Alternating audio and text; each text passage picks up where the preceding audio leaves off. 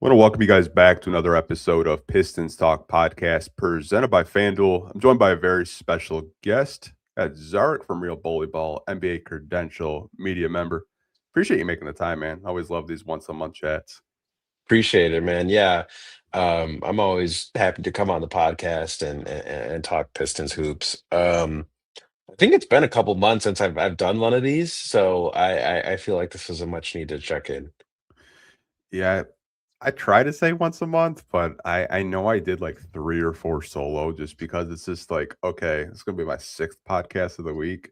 Do I really want to prep and like make a bunch of graphics just for like 30 minutes with someone else? Probably not. So I'll just do it solo. Yeah, But I don't uh blame you. I try to get you on at least once a month. I think this is our seventh podcast this week. Trading deadline Wow. season is crazy, man. Like you Yeah, got to stay that's on top of nuts. it. I think the Yeah. day of the Kevin Huerter trade, I did 3 podcasts like throughout the day. It's like morning, Wow, man. mid afternoon, then you got to do a post game show like at 10:30 at night. Yeah, that's nuts. I don't think I can comprehend doing like more than one of these probably like a week. I don't know how you do seven. I don't know, man. I know the live chat always looks forward to it. You got up 30 people, 40 people. Good. Not even like 2 minutes in there. You got people just piling in, watching on Twitter, on YouTube. So we do appreciate you guys. Bulk of this podcast is just gonna kind of be recapping the trading deadline season. Some questions that I want to ask Zara about the Trajan Langdon presser. Also get into some other questions if you guys do have any in the live chat that are watching live on YouTube right now. But let's get straight into it. So Pistons were kind of active during the deadline. They made one trade. So they trade for Kevin Huerter, sending Jaden Ivey in a 3-team trade to the Chicago Bulls, and they got a pick swap from the Minnesota Timberwolves. So what was kind of like just your thought process with that trade in general? With that trade, it kind of reminded me of the Tim Hardaway trade back in summer 2024, where Detroit traded, it was Quentin Grimes for Tim Hardaway Jr. and a bunch of second round pick capital. And I think the thought process with both of these trades was pretty similar. It was essentially selling while you could. Grimes was going into a contract year with Dallas, then Philadelphia as a result of further getting traded. But um, they weren't certain about paying him. And I think there were probably questions about fit and also just trying to get more spacing on the team. And it's pretty much the exact same here where the Pistons had Jaden Ivey entering restricted free agency this summer. Um, and I think, obviously not coming to agreement on an extension, but also not really having the type of play that opens up that kind of conversation in the what 30 or so games that he played. Mhm. I'm sure played a factor as well. I feel like adding Kevin Herter has it gives you a lot of what last year's spacing was with Tim Hardaway and Malik Beasley, where you have two shooters who can kind of open up the floor for Cade and whoever else is kind of controlling the offense. I feel like the first couple games we've seen Kevin Herter so far, he's really been a end of the bench kind of guy, and I'm just going to chop that up to not really getting any practice time, Mhm. and also not really having much time to adjust in general. And I think JB's pretty. Uh, he's pretty set in his rotation currently, so I feel like he has to get a better feel for how Herter fits into the rotation and everything like that, which makes sense. I do hope to see more Kevin Herter minutes, maybe not at the expense of somebody else, but more so just to see how he fits on the court because it is a tough conversation of like, okay, well, if Kevin's entering the rotation, who's not getting as many minutes, so I think adding that spacing would be really interesting, and especially I'd like to see some minutes with him next to Duncan Robinson as well, just to see how the Pistons offense really can expand with another shooter, like two shooters in a lineup, Yeah. not just one at a time kind of deal. So I think that's interesting for the Dario Saric piece of it. I still don't know what's really going on with him. He isn't listed as a member of the Pistons roster in any official capacity, but he also hasn't been waived. And I know that they probably were trying to look for a deal to trade him in those last 24 hours or so up till the deadline, but obviously nothing materialized.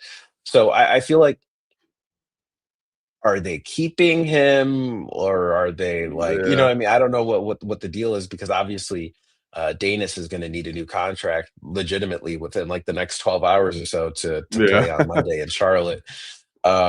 So I think that part of it's really interesting just to see how that plays out and if I expect that ideally would happen today because I mean we'll get into the Trajan stuff later, but one of the things he said was that the contract would ideally be finished by the end of the weekend, and it's 2:22 on Sunday, and there's still no contract details or any news of a Saric waiving. So um, that part is a little bit interesting. Um, I fully expect them to come to agreement on a deal. It's just what's the holdup? What who's getting waived if it's not Dario? Like, I don't know. I fully expect it to be Dario Saric though. So um and then the first round pick swap, I think that's actually really valuable in a pretty loaded draft. The Pistons were probably around the 29th, 30th pick in the draft, depending on how the Mhm. season shakes up. And Minnesota obviously is, not like it's a 8 seed or anything where you're going to be jumping up to the teens, but having a pick in the 20s is still a lot more valuable than, picking at the very end of the draft. Um, I think it's valuable in two ways. Obviously, one, if you just keep the pick and you want to, explore your options and you see somebody you like and you don't want to capitalize on that, that's one way to go about it. But then also just looking at it in terms of being a better asset. If you want to explore further trade talks in the summer, you have up until the draft, obviously, you have a better pick that you can use to your advantage to either move up in the draft or just use it as a leverage move for getting, let's say, that bigger star that a lot of fans were looking to see. Yeah, I think the pick swap is definitely interesting. Got to learn that it is top 19 protected, so you don't want Minnesota to do too badly because then the Pistons just go back down to their 29th pick, and then they're just like, okay, cool. But I think the pick swap is interesting because, like, let's say there's a guy like maybe like around that like 15 to like 20 range. I think it's a lot easier to kind of get up there if you have Minnesota's pick versus your own. I know there's been a lot of people that have been keeping an eye on. I can't remember the guy at University of Michigan. I know he's playing out of his mind this year as a power forward. Yaxel. Yeah, I think a lot of people are like, hey man, if we can get Yaxel, like that would be a really good draft. Have to kind of wait and see like what happens there with the NBA draft and how their season does unfold. But they're playing really good ball right now. Was really intrigued by the pick swap. I think one thing that maybe some people haven't really touched on, it's not so much Jaden Ivey. I think it's more Jalen Duren. Like, I think a lot of us were like, oh, maybe he'll get like a 30, $40 million contract. It wouldn't surprise me if it's closer to a max contract. And I think that's the reason why they decided to take on an expiring Huerter, an expiring Dario Saric, which I'm with you. I don't think he plays at all. I think he probably does get waived, but it is interesting. It's almost 3 o'clock, and we still don't have any details about Dana's getting converted to a standard contract. So I do kind of wonder what the holdup is there. I feel like the Pistons just kind of troll me anytime I do a podcast because as soon as I start a podcast, the news will break. Um, but I thought the trade for what it's worth. I mean, you're getting a 3-point shooter in Kevin Herter, who's a career 37% shooter. I think that if you want to be positive, like he shot really good from three when he played with a playmaker like a Trey Young. Not saying Cade Cunningham is like the same type of playmaker Trey Young, but I think he's pretty damn close in terms of just his gravity and the way he can just facilitate. Maybe Kevin Herter can kind of get back up to like that 37 to 40% 3-point shooter. I know this year he's only shooting around 31%, but I thought for like what it's worth, kind of considering what Ivy's value is I thought it was pretty low. I thought they did okay for the most part. Yeah, I just didn't really see a world where Ivy was a Piston post trade deadline.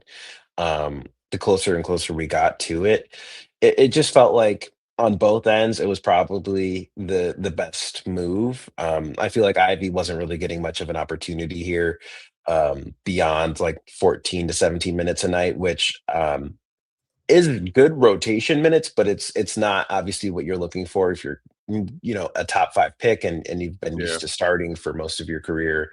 And even prior to injury, having a really significant role on the team, it makes sense that he probably wanted a better opportunity to play, and he's been starting in Chicago, getting 30 plus minutes a night in the last couple games. So I'm sure that played out in his favor in that way, even though they have an abundance of guards, which is another thing. But I feel like also on the Pistons end of things, like to me, Ivy wasn't really uh he wasn't very productive in the minutes that he played up until getting traded, and obviously part of that is getting back from injury, both mentally and physically. I'm sure it plays a big part, but um a lot of people would say he was a 3-point spacer, but a lot of times also it was a bit of an inconsistent shot. Um, he was good in the catch and shoot on occasion, but I think you needed someone who was more skilled in being a shooter and has more experience in that. And I think that's what Kevin Herter brings to the team, and he also has more size than Jaden Ivey does. 6'7" is what he's listed at. I don't know if that's like his official height, because sometimes it's a little taller, or a little shorter. Mhm. Seeing him in person, he definitely is on this and on the larger end of things. Like with I want to say he was closer to like Asar in terms of height when I was with the team. So he's a taller wing, and that gives you more flexibility with how you want to insert him into the rotation. Like if you had a lineup where you ran Cade, Duncan, Asar, Herter, Duran, or something like that. Herter's, obviously you don't want him playing power forward minutes, but you can slot him into the small forward pretty comfortably, and he's a better defender than Duncan. Which I also want to give Duncan credit for being a defender, because obviously it's not his skill set, but I've been really impressed with his effort level on defense this year. I thought it's been really transparent that he knows he's not a great defender skill wise, but he puts his body on the line for charges, and he plays the passing lanes really well. And I think that plays to his favor for JB, I'm sure.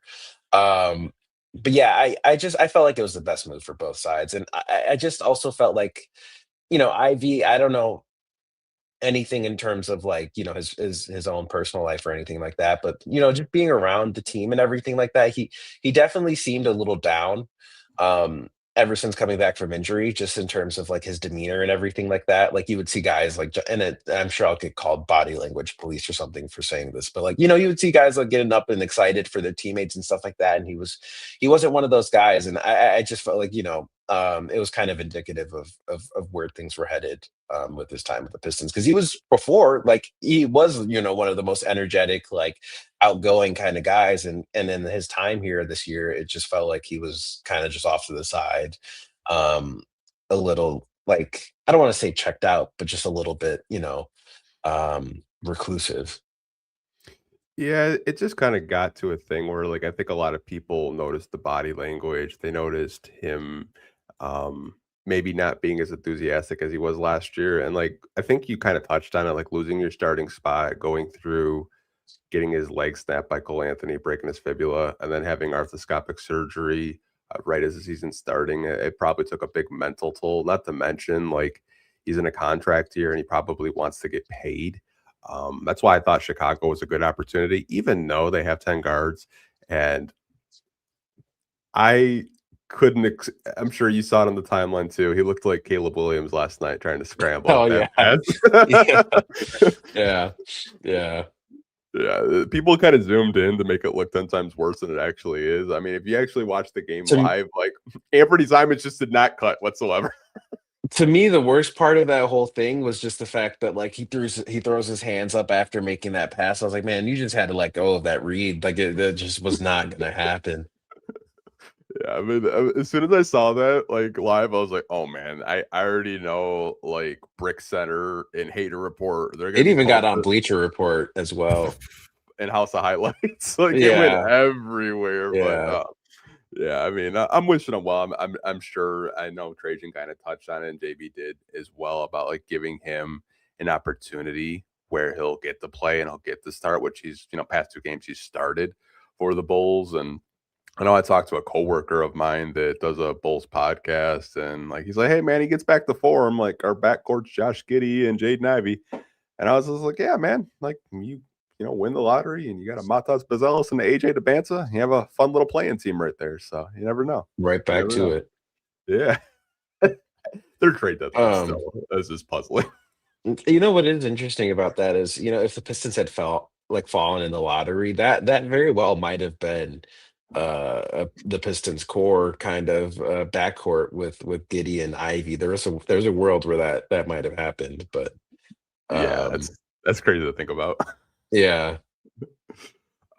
I know we kind of touched on Kevin Herter. This is kind of just like a 1B question. Like, what do you kind of see his role being? Because I know some people are already just like, rotation police. So like he's only played 6 minutes, he's played 8 minutes. I know JB touched on like once he does get a full practice in, they'll try to give him a longer leash. Like, do you think Yeah. he is more of just like that starting two guard out there next to Danis, and you have like it's so hard because you also have Karras, you also have Javante and Ron. I don't really know like who's going to get their minutes cut. It's really difficult to kind of put two and two together because I like the Javante minutes, I like the Ron minutes when he's playing under control and it's not chaotic. But like, what do you kind of think like his role could possibly be on this team? I think as of right now, he kind of seems like the plug and play kind of guy. I don't see anybody really like flat out losing a spot in the rotation. I see it more as like an as needed type of basis, which has its pros and cons. But I feel like nights where Detroit's slow to scoring and having a poor shooting night, which it's happened quite a few times where they're shooting 28% from three or something like that at the end of the first half.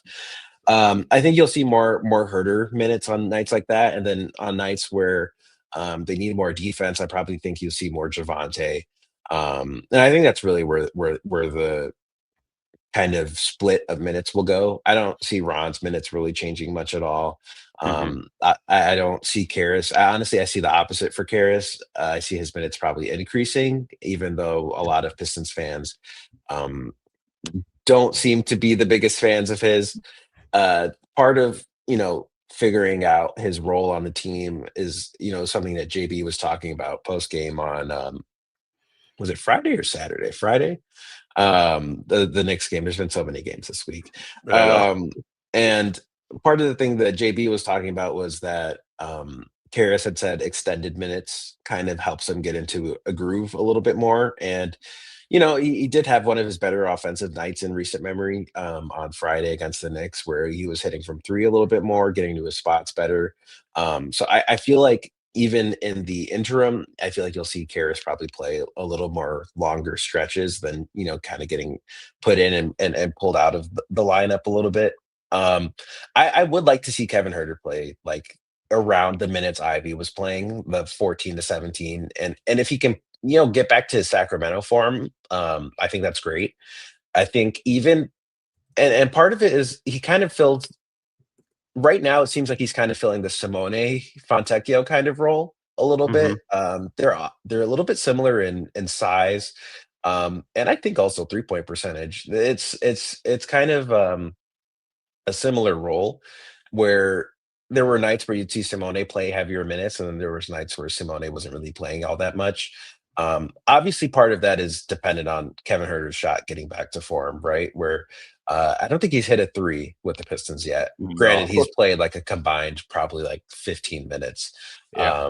But you know, if his shot can get back to form, that's a big swing factor. But if not, just having the gravity of a shooter helps open up things because a lot of times knowing that somebody can shoot, even if they aren't shooting well this season, forces defenses to respect them a little bit more and close out, and that opens up opportunities for other guys. So I think that'll play a factor in it as well.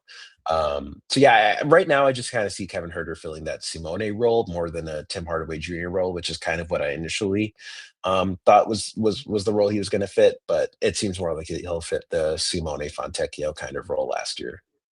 Yeah, I mean, I know Simone had a foot injury, then he couldn't shoot, and then like to start off the season, the guy was shooting like 50% from three, and then it came back Yeah. down to reality. I remember my timeline like, "Oh, we fleeced you. Duncan sucks." I was like, "Calm down. It'll come back down to reality. It's very early on in the season, but I think I'm with you. I think he will have a rotation with the Pistons. I just think it's really difficult because the second unit, man, like I know they don't really have like a go-to shooter that gets consistent minutes, but like defensively, it's just you love it, but like you have to score some points. You can't rely on just making stops and running in transition, which so I kind of think like Herder, I think he saw it even in like in the blowout against the Knicks. Like he had a kind of like a two-man game with like Paul Reed where he cut to the basket after he got ran off the three-point line. And defensively, I've liked what I've seen. I think he's not a traffic cone. He at least tries and uses the size and length to kind of disrupt the passing lanes and stuff like that. So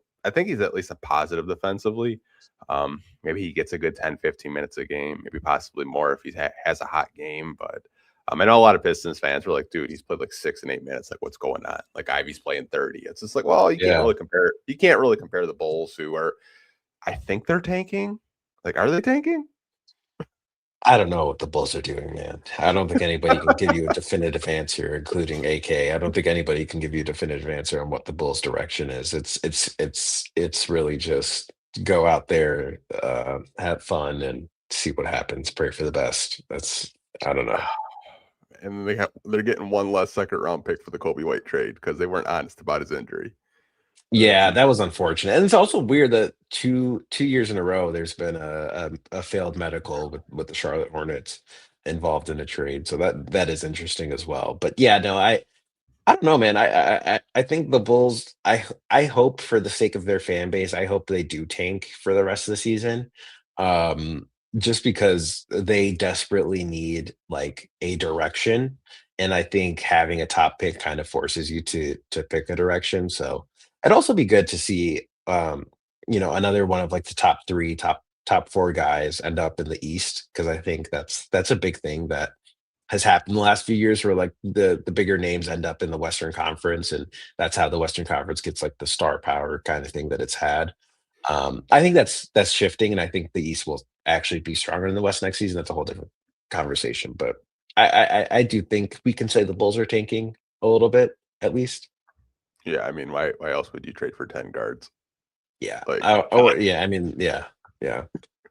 Rob Dillingham, Anthony Simons, Jaden It's Ivey. all guys that wanted to see get more playing time, and now they're just all like fighting each other for playing time, which is ironic. Like Colin Sexton, Yeah, I forgot about him. Anthony Simons. Yeah. Yeah, I know we actually play the Bulls. I think it might be after the Knicks game, so you get to see Jaden Ivey in a Bulls uniform on the 21st. So I'm sure that'll be a highly anticipated game with Pistons and Bulls fans. But I'm sure. should be a good one. I did want to kind of just ask you just like your overall thoughts with the press conference with Trajan. I know you said, before we started that you kind of just sat and you were listening and observing. Anything like really stick out to you during that press conference? A few things. First of all, the Danish contract being converted, it seemed pretty transparent that Trajan and Danis's agent have been having conversations about that, and the resolution was expected to be finished by the end of the weekend. It is the end of the weekend. There is no resolution. So I know him playing in Charlotte is it's important for both sides. So I think they do come to an agreement ideally. Um, and I think it'll be telling just how the talks went based on, if it's just a rest of the year type of contract, or if they end up locking him up to a multi-year type of deal. I think who I can't remember who had reported that Danis was initially offered like the minimum rookie 3-year deal. I can't remember. I think I want to say it was like Mark Stein Yeah. who had reported that. And I mean, it makes sense if that's true. Why Danis would want a little bit more than the rookie scale minimum, because he's played really important minutes for a contending team in the Eastern Conference. So of course you're going to want to get paid like it. So I do expect a resolution to be found. It's just going to be interesting to see if it's a rest of the year kind of deal, or if Detroit ultimately just swallows a pill and gives him a multi-year deal that's a little more favorable to Danis. Because I know they're very strategic with how they operate with the cap, so it should be Yeah. interesting to see what kind of deal. gets reached. Yeah, I know. I think Mark Stein said he turned down the 2-year minimum, like you had mentioned. Maybe Detroit decides to give him the biannual. I don't. That's something they could do. I don't know if they really want to use the biannual on him, but that is an option. If I had to take a guess, I think he just signs for the remainder of the season, and then they have talks this summer again to kind of just like reignite. And I think for his agency, that would probably be like more money for them and more money for him. Which I kind of feel like, especially after that press conference against the Knicks, he's like, "Yeah, he's like, I don't understand why I was undrafted. Like, you guys tell me." I was just like, "Yeah, man. I mean, like, you're playing well, but wishing him well, and I hope he does get converted." Um, like you said, they said that they would have it done before Monday. Super Bowl Sunday, by the way. So I don't know. I don't know, man. It'll be interesting. Watch them actually like ink a deal while we're live, or as soon as we hang up.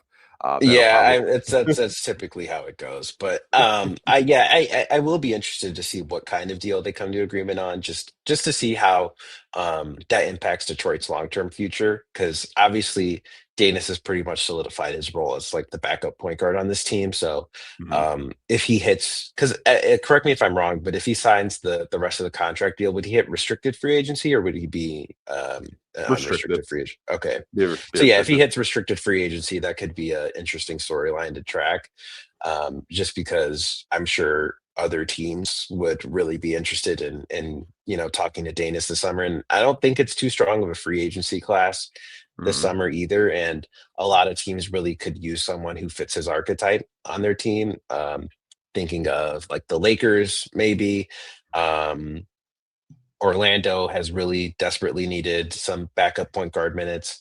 Um, I was gonna say New York, but they've got Jose Alvarado now. But you know what I mean? There's quite a Yeah. few teams that you can think of in the playoff race or trying to be in that playoff race that could use a really high production backup point guard. So it'll be interesting to see. I do expect him to stay with Detroit, and ideally, I think it's a multi-year deal. But I figured it was interesting, just that Trajan had outlined that at the end of the weekend was the goal for that contract getting figured out, and we are at the end of the weekend, so we'll see for the rest of the day. But that was one interesting part of it.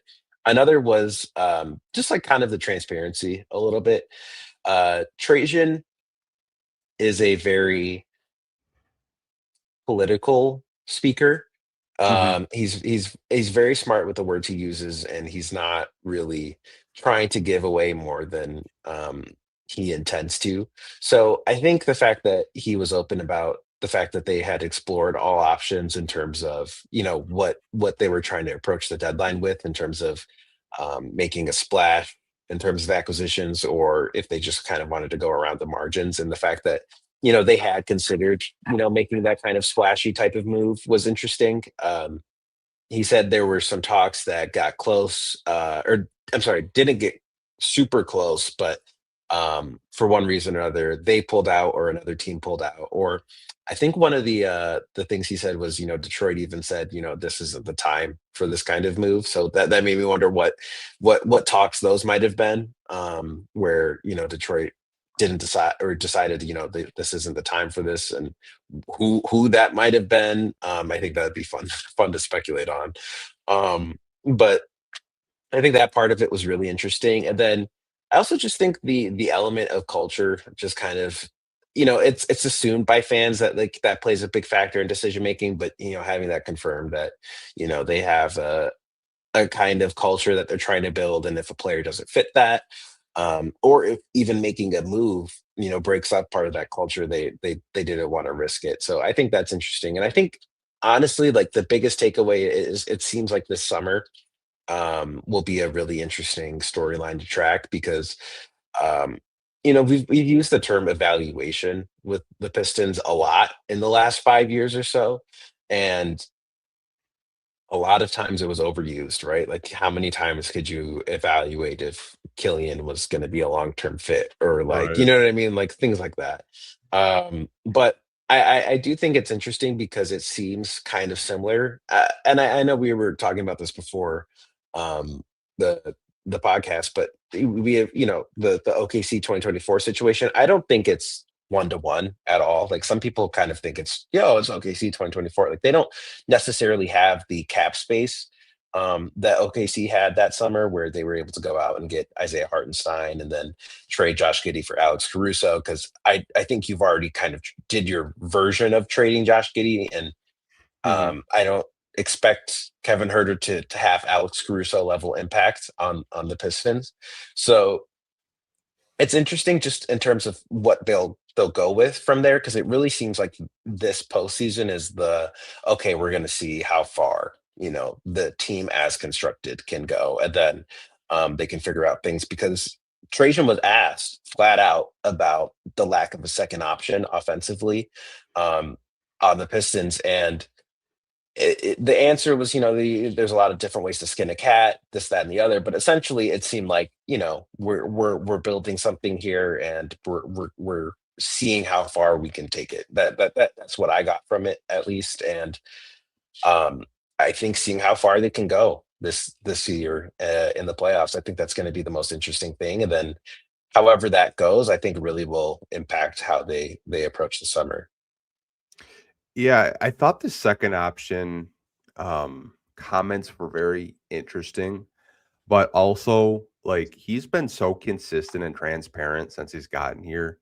Like I feel like a lot of the media has kind of like pushed the second option narrative on their radio shows or maybe in their articles, which I can 100% understand.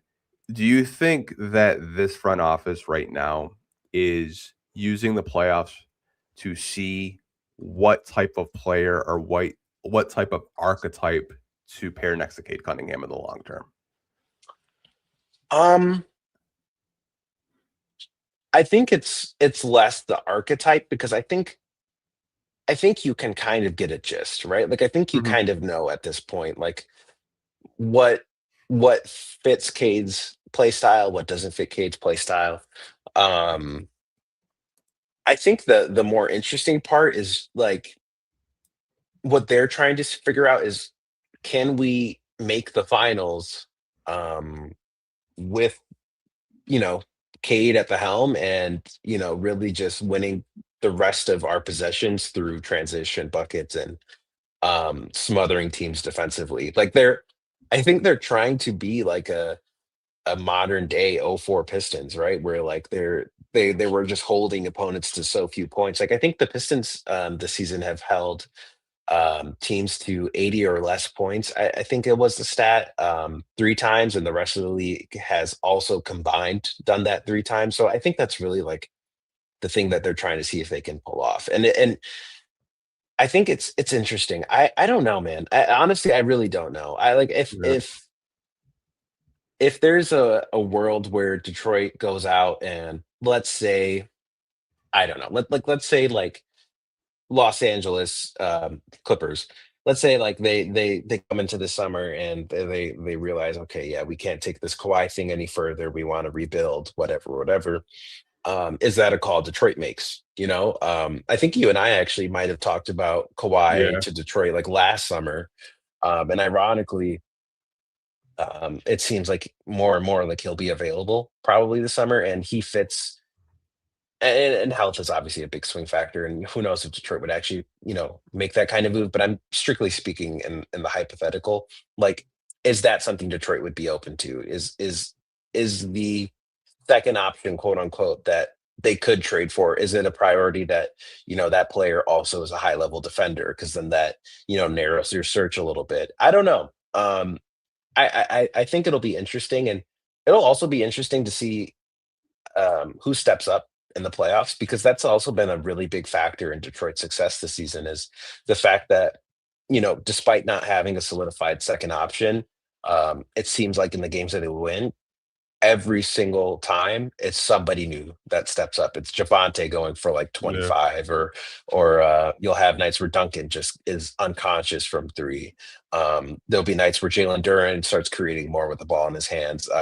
Even Isaiah Stewart's had some high scoring nights, even though he's known primarily for his defense. And who knows, even with Kevin Herter as well, if he can step up in that way as well. I think it's a basketball experiment. That's like the best way I would Yeah. describe, the Pistons' approach to this season.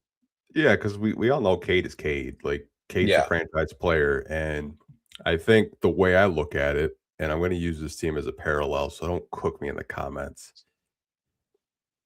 It wouldn't surprise me, and I'm not saying they're going to make this type of haul, but it wouldn't surprise me. Let's say the Pistons, maybe they make it to the Eastern Conference Finals, and they don't make it to the finals. Wouldn't surprise me if they say, okay, let's go make an Orlando Magic type Desmond Bain trade. Like, we know what we need. Let's go get that guy. We have our draft capital. I'm not saying they're going to trade 4th round picks for a guy, but I think just from my perspective and my vantage point watching these games, like we all know Cade's going to get you 25, 10 assists.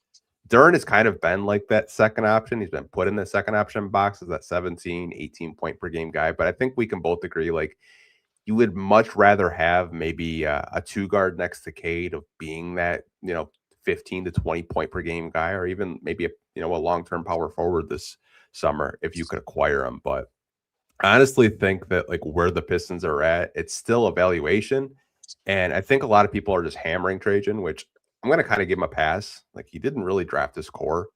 If you do want to blame like previous regimes, I always felt, and this is just my opinion, I don't know if you feel this way, that Troy Weaver kind of wasted prime years with Cade Cunningham and his rookie scale contract, where like Yeah, you see a lot of 100%. these teams like Washington, for example. Alex Sarr is still in a rookie scale contract, and they traded for Trae Young and they traded for Anthony Davis.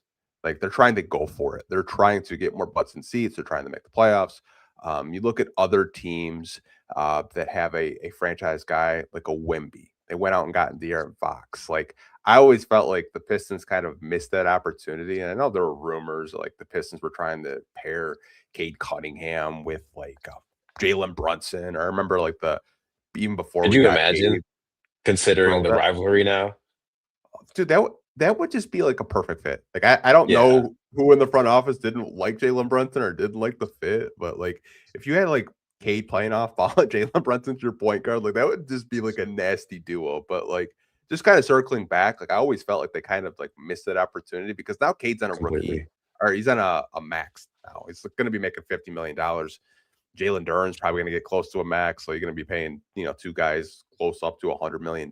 So I think realistically, you can only really pay three guys in the NBA with the new CBA. So it'll be interesting to see what happens in the playoffs and how aggressive they are to try to pair Cade and try to get someone next to him as a number two option for the next 5 years.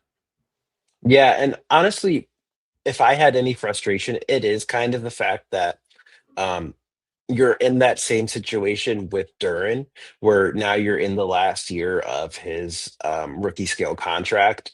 And, like I know flexibility is a really big thing with Detroit in their front office, and like they have a lot of cap wizards in that front office. But I think um, knowing that he's on a rookie scale deal, um, I feel like it could have opened up a little bit more with opportunities because obviously Duran is one of your pillars of this team, right? Like he's not Mhm. going anywhere. So, knowing that he's going to probably command a max contract this summer or something close to it, um, reduces your flexibility and also like the likelihood of bringing in another one of those guys. Um, it's tough. I really kind of feel like if there was one criticism I had, it probably would be not even the fact that you couldn't bring in another max level guy, but just some form of utilizing the trade exception, or even combining contracts or something like that, where maybe you don't have to trade Tobias or something like that, but um, something where it's a move that you can't make in the summer because of finances, right? Because I think your first round pick capital is what it is. I don't think it's probably going to be seen as more valuable just because you're one of the best teams in the Eastern Conference, and most likely after the playoffs you'll probably be solidified going forward as Yeah. one of the teams to look at for the future as well. um when you talk about the Eastern Conference, like you'll be talking about the Pistons, and I don't know. It's interesting. I could see them making a Desmond Bain level move in the summer, and that being kind of the direction that they go.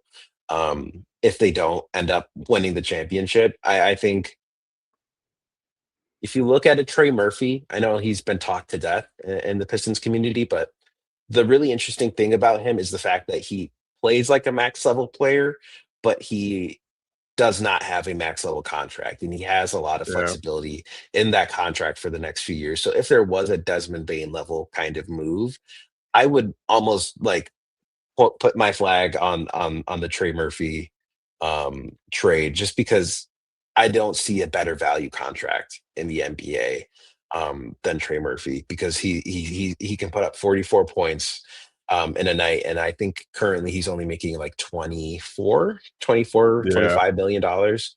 And he pretty much stays around that range for the remainder of that deal. And I think that's such a steal of a contract that I think it wouldn't limit your financial flexibility moving forward. Like, it wouldn't be like you're completely like In the unable to make aprons. yeah, Yeah. yeah. Like I think, and I'm no cap expert or anything like that, and math was never my strong suit, so don't quote me on this. But I feel like bringing back Tobias this summer and then going and getting a Trey Murphy as well, I feel like you'd still be under that second apron, depending on how much Duran's contract goes for, and also how much you want to bring back Tobias for. Um, I think there's a world where that could still fit under the second apron, because that's really the apron you want to be under if you want to, Yeah. have options of continuing to figure things out. And also the fact that you have two other extensions coming up with Asar and Ron in the future as well. Hey, even Stu's And Stu extension as well. I was gonna there. say, Yeah. yeah. Like I said you could sign Stu to another contract extension. I probably would, because last season I thought he was a really good rim defender. This season, uh he got better, which I didn't even think was possible. His defense around the rim has been phenomenal. I'm with you though. Like, it's not like what type of move they make so much for me. It's like just getting that help. And I do think Trey Murphy will be in a Pistons uniform eventually, because like everything you read, it's just like, yeah, if Trajan and the Pistons do make a move, look to New Orleans, look for Trey Murphy. I mean, that's a guy that he was in the war room with David Griffin when they drafted him. So I think there's a lot of appeal there. It just really depends when New Orleans wants to actually hit that reset button. I don't know if you saw the quotes before the trade deadline, but I like honestly like kind of like chuckle to myself. It's like, yeah, we feel like the core that we have is a championship core and we're gonna compete for next season. I'm like, I think that only okay, goes so long. And I also did see that, like, if New Orleans considered moving them, it would have to be a Desmond Bain level type of return. yeah, And I feel like if you're Detroit, you kind of just have to, if like, let's say you don't win the championship, or you don't make it to the finals this year, I feel like that's kind of something you have to accept, is like, what, our first round pick capital for the next few years, is it more valuable than bringing in a Trey Murphy? And I don't think, it is ultimately. yeah. I mean, a pick in the 20s to late 20s isn't as valuable as it was like in the top five, right? Right. So I mean, like whether it's Trey Murphy, um, I don't even know what Utah's doing, trading for Jaren Jackson Jr. That was like a really weird trade. Like, um, are they gonna try to build with Laurie and them like long term? Like, is Laurie still available? I'm not entirely sure. But it's definitely interesting. I think they will make a move. And it'll probably be this summer during the draft if I did have to guess. I think they're just really using this playoffs. It's just like more evaluation, more experiments, to say, okay, Trajan's here. I got enough evidence. I got 2 years of these guys in the playoffs. And then we'll kind of go and make our move from there, which I can understand. And I don't really blame Trajan. I just blame the previous regime for just kind of like sitting on their hands. Like, I thought the year where they had all that cap space, like I thought Cam Johnson was going to be a Piston, like 100%. Like, Yeah, that 2023 year. yeah, look, it's not a sexy name, right? But like at least it's just like more than like what you had, because like you had like wings. Like, no disrespect to Kevin Knox, but like it would have been like a clear upgrade, like next to like Cade. Honestly, like, it is criminal that it took this long for the Pistons to be good, because to me the question was never about the talent on this team. Like, the talent of their young core was undisputably good. They Yeah, had an undisputably good young core, and like, people didn't take it seriously, or wouldn't even take that opinion seriously because of the results of their win and loss record. Detroit has always had a really talented young core. It's just always, and that's the thing with Troy, that like, was super frustrating is that he is a hell of a drafter outside of the 2020 top 10. That's that's the one really big miss there. Um, I will say though, he did make the move to get Isaiah Stewart, which is Yeah. still part of that 2020 draft as well, and Sadiq Bey, who he brought back to New Orleans and is having a career revival. Um, but I feel like he was a great drafter, and it just refused to really take the team to the next level. Like Boyan Bogdanovic and Alec Burks was the most probably aggressive move he ever made, and even then, like those are two guys who weren't going to change your foundation as a team. Like you needed to honestly do what Washington was doing. Like you needed to go out and get a solidified guy rather than a long-term role player like Corey Joseph. God bless his soul. He was this team's veteran for so long, right? And like it's fine to have a veteran like that, but you need someone who's played super high level, like some, especially for Cade's sake, like not going out and I remember when Phoenix was getting ready to trade Chris Paul, I was like, Detroit, I thought would be a great fit because that's someone who kind of filled Cade's shoes at one point, right? Like he was once Mhm. in Cade's shoes. That was someone he could have learned from. Like having that kind of all-star.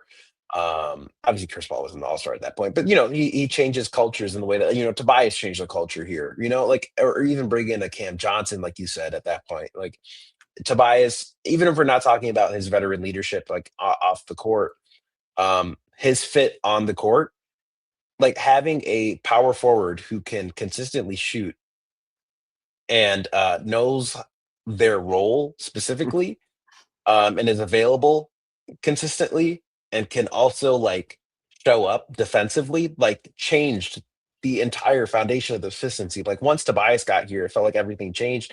And obviously a big part of that is obviously his leadership, but like part of it is literally just the archetype of player that he is. Right.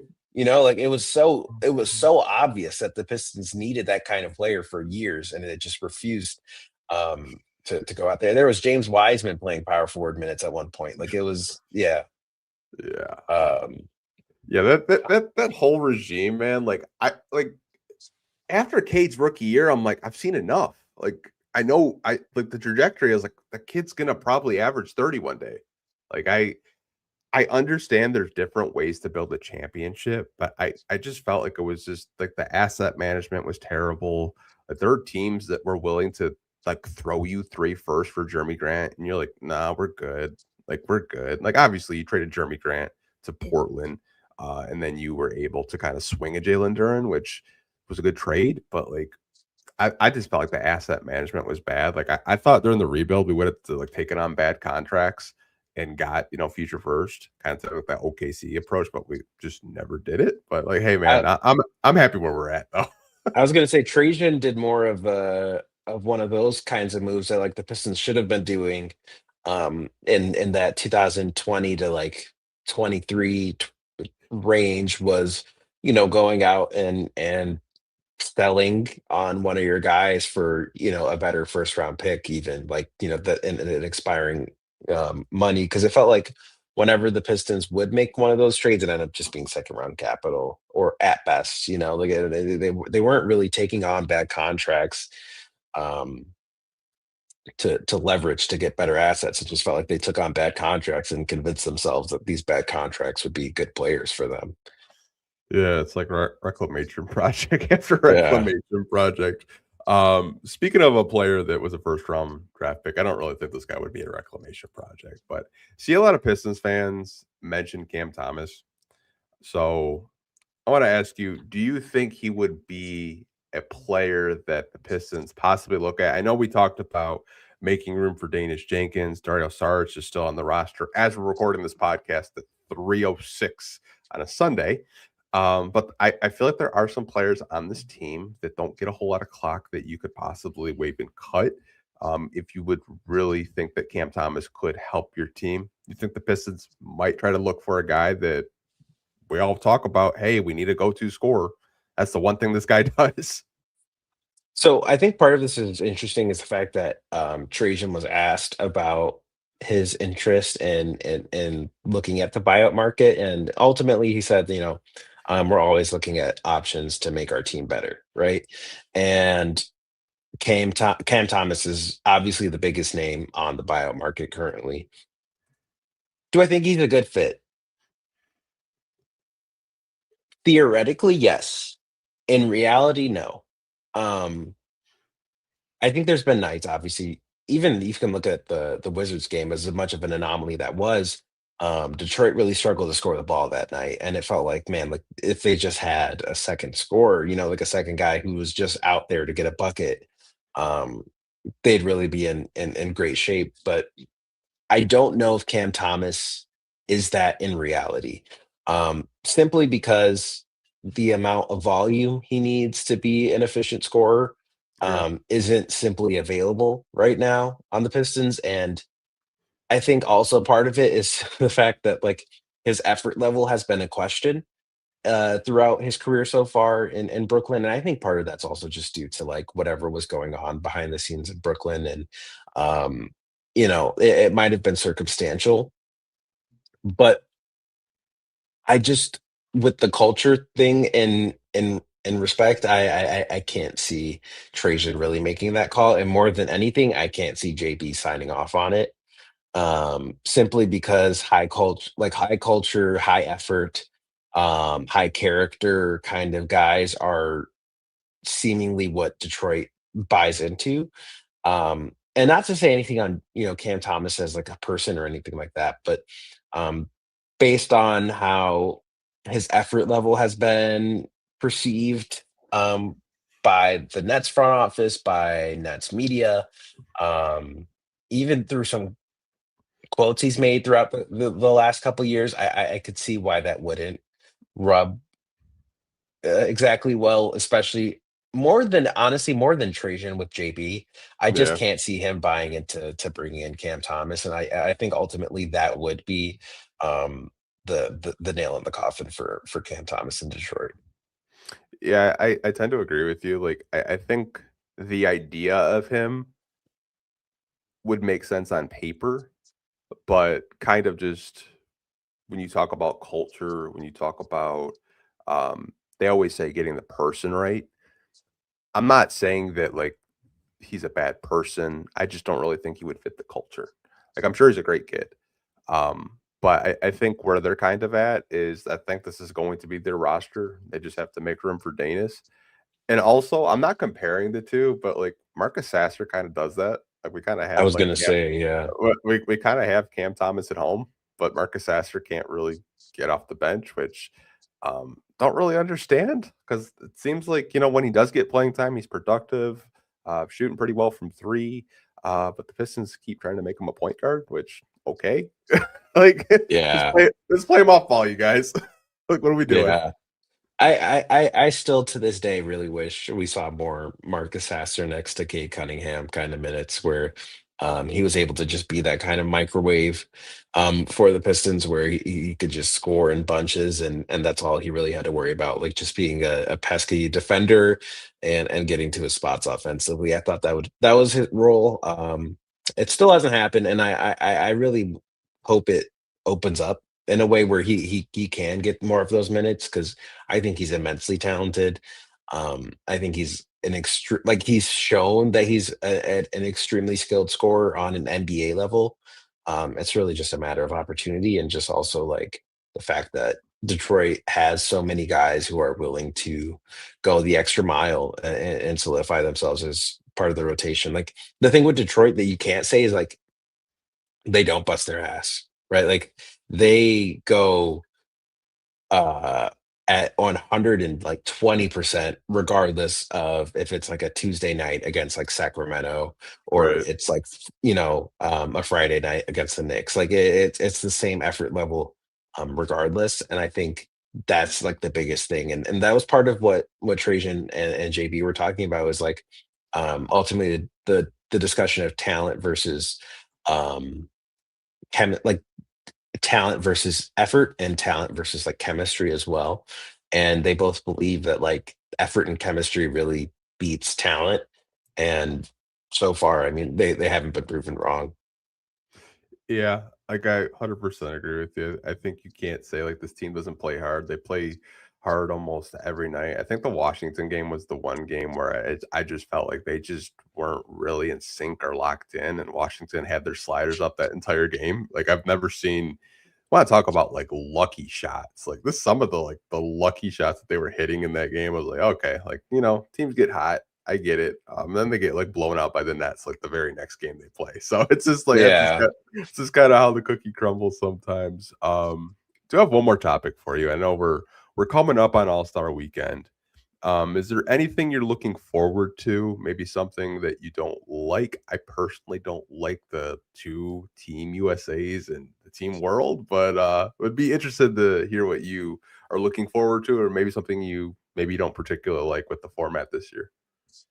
I don't care for the Team World and Team USA thing. Like, I think we've completely over complicated the All-Star game. And I think part of what plays to the NBA's benefit as a league sometimes is the fact that they're so open to, criticism and public discourse, and that they change course on a lot of things because of that. Um, I think they listen to the wrong people though about the Yeah. All-Star game. Because for one, for the life of me, I have never once understood why players playing hard in the All-Star game has ever mattered. I don't understand how this is an indictment on the state of the league or some shit. Like some people like always say, like, oh, like, the guys don't try hard in the All-Star game. That's what's wrong with the NBA these days. It's like, why are you basing the All-Star game on like the Pro Bowl is essentially just flag football that nobody cares about at this point. Like why the NBA All-Star game gets targeted of all things makes no sense to me, and why we keep having to incentivize like guys to try, for the All-Star game. I don't really care if guys try or not, honestly. Like, and maybe this is just when I was growing up, because I grew up more towards like the end of the All-Star game being competitive in the first place.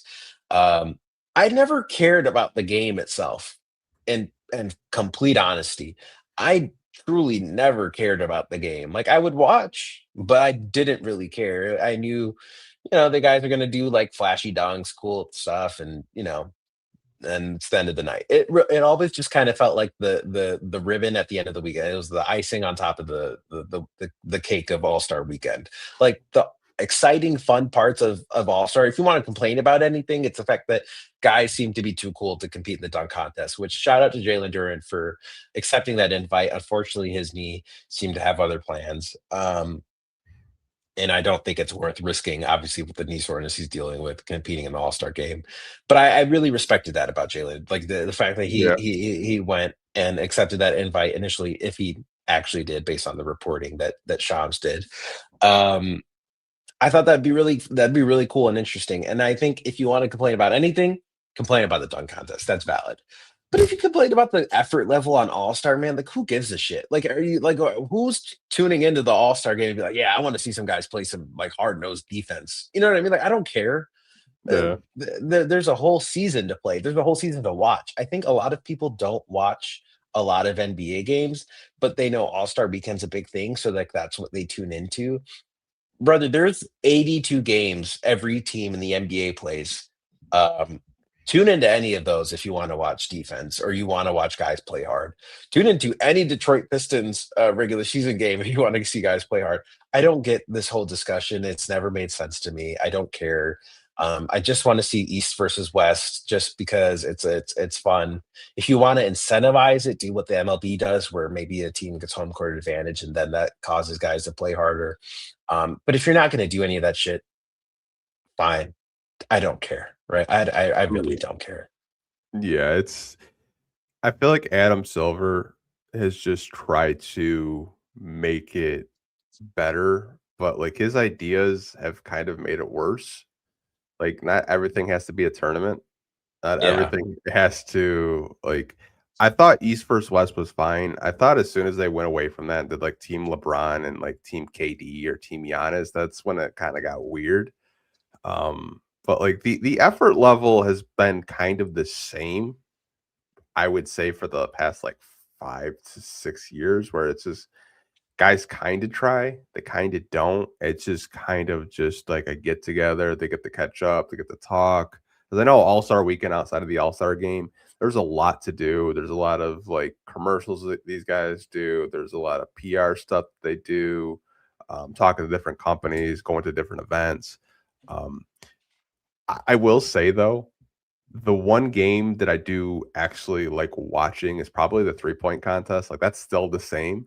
The dunk contest is just completely lost all of its just like I guess excitement. Like I saw that Mac McClung wasn't like competing again this year. I was like, thank you. But then I saw who was, and I was like, who? Like Yeah, respectively, it's Carter Bryant, Jackson Hayes, Jace Richardson, and who was the other guy? some guy in the Heat I've never heard of. Okay. Yeah, it's just like wow.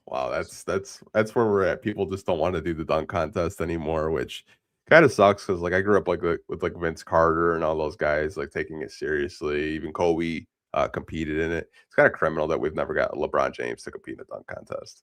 Like, If you come want to on. blame LeBron for anything, I blame LeBron, and I love LeBron. Like LeBron is my goat.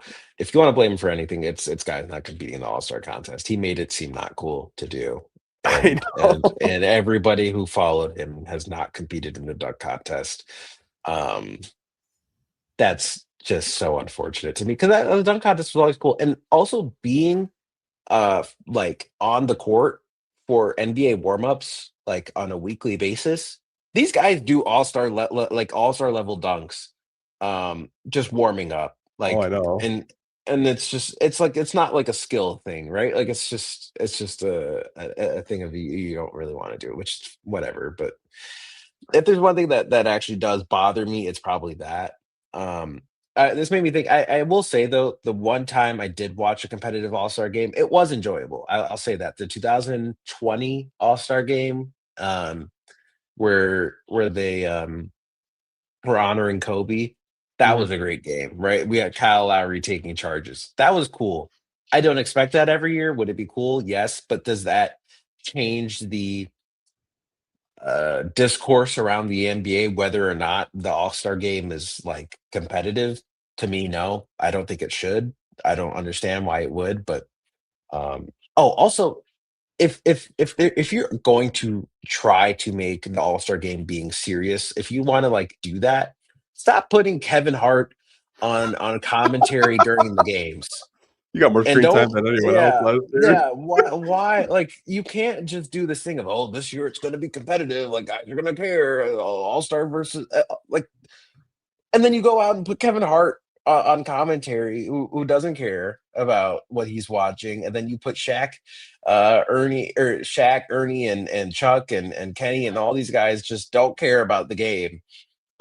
They're all on commentary just shitting on it. Like, and they're also not just on commentary in our ears, they're on the arena speakers. So like Yeah. the players are actively hearing it. Like if you do some stuff this year where it's like, okay, guys, we're gonna do it differently. It's gonna be competitive, and it's Team USA versus Team World. And I hear Drewski and Kevin Hart in my ear, like talking about like, mispronouncing Shay's name or something like that. I'm out, man. Like I'm good. I'm done. Like that Yeah. that bothers me more than the competitive aspect of things. Thank God NBC is broadcasting it this year. That's Yeah. all I will say. Because I think after Inside the NBA did it, the TNT crew, they did it such a disservice to a point where it was just a laughing stock for like 2 weeks. Like that's Yeah. all we were talking about. I will be paying attention. How much does Giannis play Shams in the celebrity game? Yeah, that'll be interesting actually. That'll actually be a good storyline. Yeah. Apparently, Shams, or not, Giannis. Did you see the Giannis? Like, I'm a shareholder in Klashi now. Yeah, that was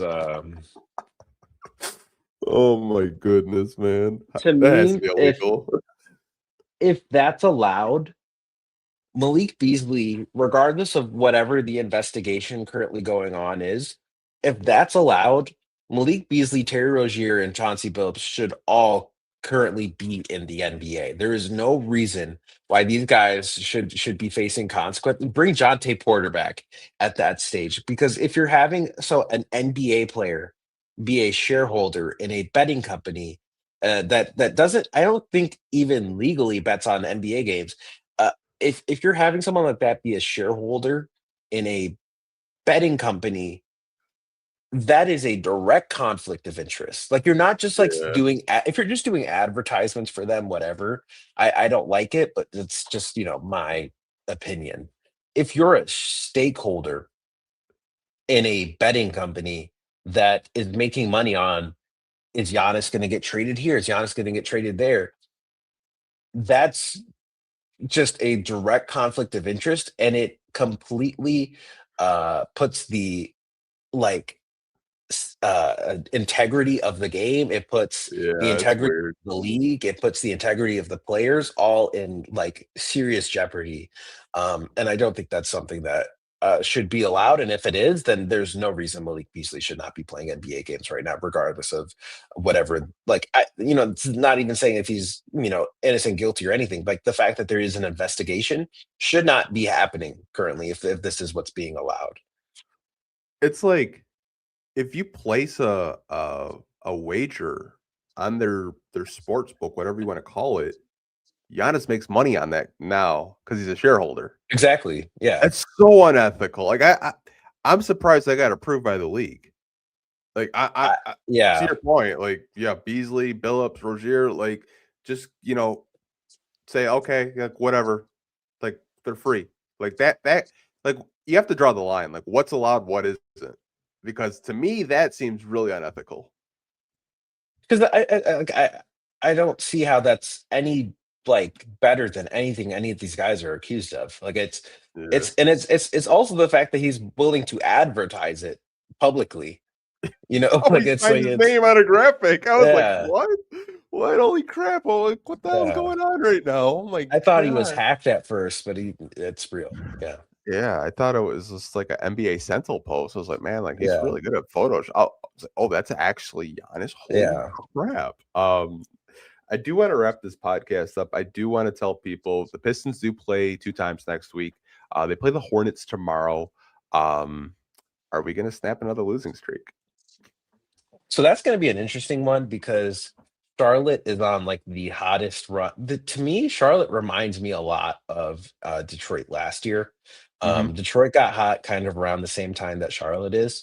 And it's ironic that they're coached by Charles Lee, who's someone that the Pistons were linked to for so long.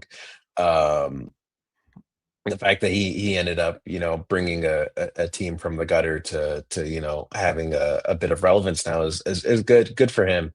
um who knows if Monty Williams never was hired, um Who but knows, man?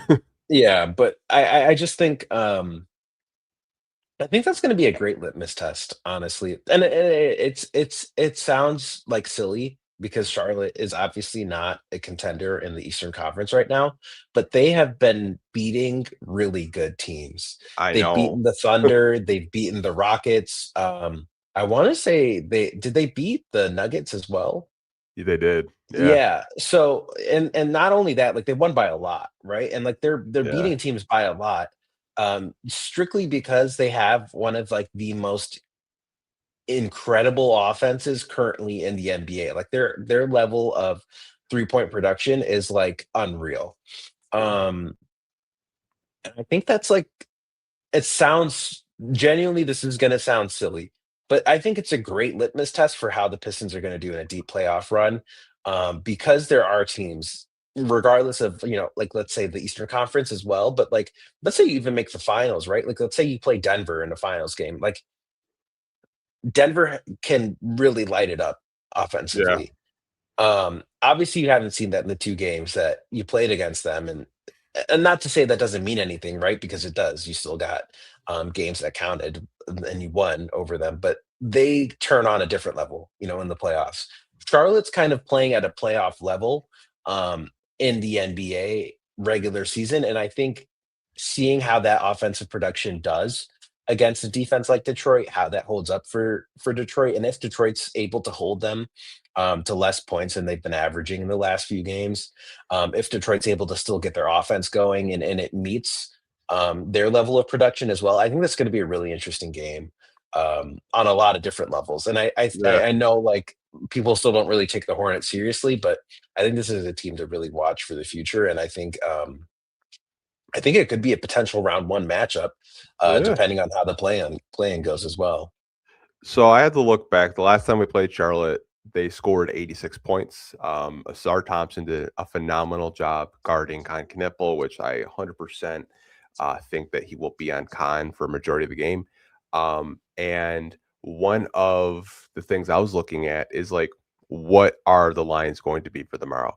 Uh, FanDuel thinks it's going to be a 2-point game, like 2-point game, like a possession game. And I'm both of us know that like I don't know what kind of dark magic it I is was when gonna we say there's play. some devil magic that happens when they go to play in I Carolina. I do not understand, like, how these games are just, like, playoff like, this should be like a freaking Amazon Prime game, I'm telling you, because I know it's gonna Totally. be just down the wire. Like, is LaMelo gonna stay out of foul trouble? Because the last time we played him, he fouled out and then he hurt himself. Like, Brandon Miller, Miles Bridges, Moussa Diabate, who has done a really good job. It'll be interesting to see if Duren is good to go for that game. If he's not, I could see him and Stu kind of, tangling down low in the post, like getting into it a 100%. little bit. It's Yeah. gonna be a good game, man. I'm really excited for it. And it's always good to go back and forth with those Bobcat fans. Yeah. Yeah, no, I do think it'll be a great game, and I think it's gonna come down to the wire for sure. I think that's an accurate line, just because I know last time, Detroit so it's interesting, like, right when Detroit played Charlotte last, in Little Caesars Arena, Charlotte was not on this run that they're currently on, Mm, and LaMelo was no. in trade talks and stuff like that, right? Um I remember watching that game, like, because I was there for it, like, shooting and everything like that, and I remember thinking, I was like, "What's the direction of this team?" Like, like, what's their future long term? Like, LaMelo fouled out, he looks like he's not, really meshing well with Charles Lee. Like, I don't know if that's, like, a real storyline or is this just, like, an isolated game incident, and it was, like, right after that Pistons game where Charlotte really figured themselves out, and I think you can't look at last game as, like, the barometer of how to approach, Monday against Charlotte, because that would be like playing the Pistons in November of 2024 and then playing them, in February of 2025. Like, those are 2 completely different teams, even though pretty much it's the same team roster construction-wise. Um, those are 2 different teams, and I think Detroit is gonna really have to, have one of their better defensive nights, but they also can't afford to shoot poorly against a team like Charlotte. I think that's gonna be a Yeah. really big storyline to watch. Like, there's been nights where Detroit's won with really poor shooting. I don't think tomorrow can be one of those nights. Like, they have to have a more productive offensive game, and I think that's a really interesting story to watch for sure. Yeah, they gotta close out on the 3-point line, and their transition defense can't be so lackadaisical like it's been in times this season. The final game of the week before All-Star Weekend, it is surprising we won't play the Raptors until February. We get to see the Raptors right before All-Star break. That's a team I've been wanting to see the Pistons go up against because they're a top seeded team in the East. Obviously, they traded for Brandon Ingram. That'll be a really fun game to watch. Um, Scotty Barnes. I feel like every time we play the Raptors, it's not as chaotic as a Hornets game, but it's still really entertaining. It's close, yeah, it's definitely close. Even I remember last year, Toronto was having a not great year, and they still kept it really close with Detroit. And I think it's gonna be a good game. I think I'm most looking forward to the Pistons post All-Star break schedule, because that's, I Yeah. feel like, the best test Mhm. they've had this entire season. I know they've beaten really good teams so far, but seeing how they fare against OKC, seeing how they fare against San Antonio, Toronto, Yeah. that's going to be really interesting, and I'm super interested in seeing how that plays out. I know. I was looking at their schedule, and we'll wrap this podcast up. So the Pistons have the sixth hardest schedule for the rest of the games after they come back from All Star break. So, February is going to be tough. I think March is a gauntlet. Like March's schedule One is hundred going to be percent. really, really tough. I know right now they have around a 4.5 game lead. I know the Knicks beat the Celtics today, so still have a little bit of a cushion and a lead here. But I mean, it'll be good to see if they can, finish off All-Star break and 2 wins and they get a week off. But um, Totally. I do want to wrap this up. I want to give you the floor to plug and promote where people can find you, because I know you're everywhere. You're taking pictures. You're in the media room this year, which love to see that. Love to hear you ask Appreciate questions it. when I'm watching FanDuel right before we're doing our post game podcast. But floor is yours. Yeah, you can find me at Zark Xavier on all platforms. Um, Twitter and Instagram primarily. At Real Bully Ball is our at. That's Bully Ball, the platform that I produce for. I have a story I'm working on currently that I won't reveal who I'm working with, but it's a profile piece, and I'm really excited about it. And hopefully, I should have that after All Star break up and out, and it'll be an interesting kind of combination because our website is www.bullyball.net. I'm putting it up here, like this text up here, um, but it's an interesting piece, and I haven't really gotten to write so much this year. Even though I've been able to ask questions, which has been great, and I think it's given me a lot of great perspective and stuff like that. I haven't written anything that I felt was super compelling or fit the angle I've been trying to go after. So I think this will be a really interesting piece. Um, it kind of blends my time with the Motor City Cruise also into it as well. So I think that'll be a really interesting piece, and it incorporates some visuals that I think will be pretty cool as well. So um, really looking forward to that. And then also, you can also just always find my visual storytelling. I've been doing a lot more Pistons games this year, so it's been cool to kind of document a really incredible season and do my own form of visual journalism with it as well. I've done all the games I think this week. Yeah, I did all four games this week, so you can find those on our Instagram, either at Real Bully Ball or Zark Xavier, and then I'll be updating our gallery on our website as well pretty soon. So that pretty much covers it, I think. Well, I do have all Bully Balls links down below in the description if you're watching live on YouTube. We have the website, so it's bullyballs.net.com. I actually went on your website. I was like, man, that is a really good looking website. Really like Appreciate it, how man. like the colors just pop. It kind of has like an athletic vibe when you're reading an article because it's like all black. So love to see that. I have been keeping up with your visual work. Saw that Amen Thompson actually shared a Yeah, that picture, was really cool. so I was like, oh It's man. yeah, it's ironic. I've got an amend follow before Asar actually. Wow. Uh, yeah, so but no, it's actually funny because you can kind of see the difference in the twins, just because Asar has reached out once for photos and stuff like that, and his was so formal. Like it was like, "Hello, how are you?" Like, "Hello," da, da, da. And it was just like a men's was like, "Hey," like it was like, "Yo, you got any more pictures?" I'm like, "Yeah, I do." And then it was just a super casual thing, but um, yeah, but it's just it's cool, man, and it's also just cool because I was such a big advocate of the Twins even before they were, in the NBA. I really believed in that level of talent. So getting to collaborate with them has been pretty cool as well. And also just getting to collaborate with more players and staff and everything like that with the Pistons this year has been really cool. And it's also like been a lot of learning and kind of upgrading my skill and the equipment I have as well. Just learning how to be a better visual storyteller has been a big thing for me this year. So it's been cool to see it slowly starting to pay off a little bit. I know the first Amazon Prime game we had, like you quote tweeted because you were like underneath the basket, and you're like, if you saw me, you didn't. Because I think your hair was just kind of like crazy that day. You're like, you didn't Yeah. see me. You're underneath the basket, taking pictures of Cade and Duran. Like I know a lot of you guys, a lot of you photographers do like before the game get those pregame pictures. But man, it was just kind of just see the growth and like all the players reaching out. Like I feel like you've had more pictures just pop off over like the last 12 months. Yeah, it's been really cool to see, honestly. Like I've gotten lucky with oh, is my video frozen here? A little bit, yeah. Okay. There we go. Yeah, I've gotten lucky with just the amount of interaction I've had with players. I think part of it's just wow, I keep freezing. Building all right, I'm just gonna building relationships with guys. All right. It just doesn't want me to talk. But yeah, building relationships with players.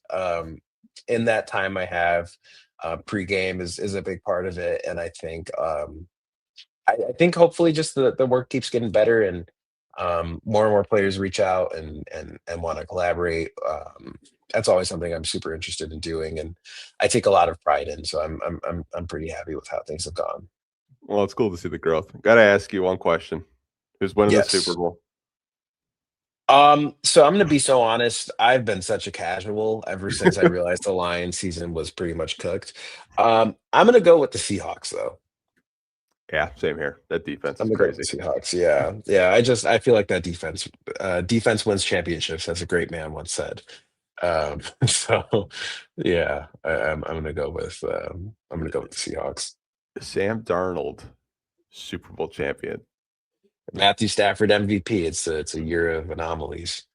Yeah, I mean, Lions tears are probably like, Sam Darnold can win a Super Bowl. How come Jared Goff can't? Man, don't get me started on that. Yeah, yeah. I probably just pissed a bunch of people off, but that's what I Yeah. do. Stirring the pot because their season doesn't start again until August with training camp and stuff like that. But do appreciate you coming on as always, man. Again, if you guys want to follow Zark and his work, have his Twitter, have Realbullyball, have your YouTube channel, everything that I could find. We have it down linked in the description below. If you guys just want to go follow him, follow his work, you definitely should, especially the visuals. I have people that reach out to me like, hey, can Zark take a picture of me? Like at a game, I was like, hey man, you reach out to him. Maybe you will. I don't know. But I'm always open.